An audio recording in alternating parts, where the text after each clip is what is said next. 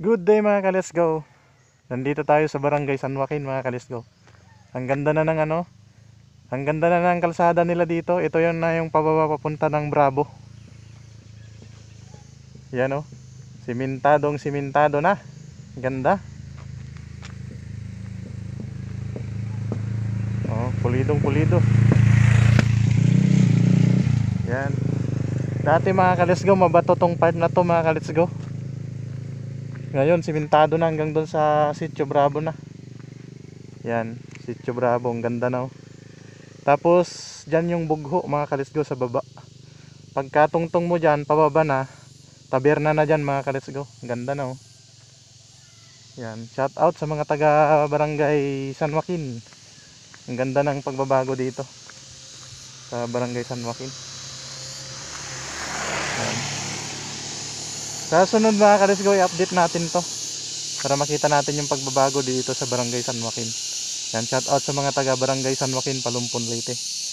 Yung mga hindi pa nakauwi dito mga ka-let's go, pag uwi ninyo mabibigla kayo kasi ang ganda na ng kalsada dito hanggang papunta na doon sa proper. Kung lulusot ka naman sa sa Hinagbuan, maganda rin yung daan doon mga ka-let's go, simentado na. Mabilis na lang ilabas yung mga yung mga produkto mga ka-let's go kasi pulido na, ang ganda oh. Oh. Woo! Grabe. Ang laki ng pagbabago. Dati nung dumadaan ako dito, ang hirap dito mismo kasi dito yung sa part na to mga ka-let's go, ang lalaki ng bato. Pag tungtong mo doon, may putol kasi na simento doon sa unahan.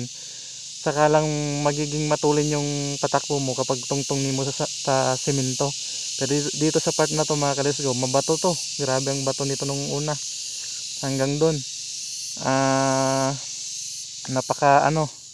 Napakalubak din doon sa part na yan mga ka-let's go. Lubak yan nung una. Tapos may mga naiipon na tubig dyan. Pero ngayon, high five, ang ganda. Shout out Barangay San Joaquin, Palumpon, Leyte. Kung may mga followers tayo dito mga ka-let's go, shout out sa inyong lahat dyan sa proper ng Barangay San Joaquin, Sitio Bravo at Sitio Bugho.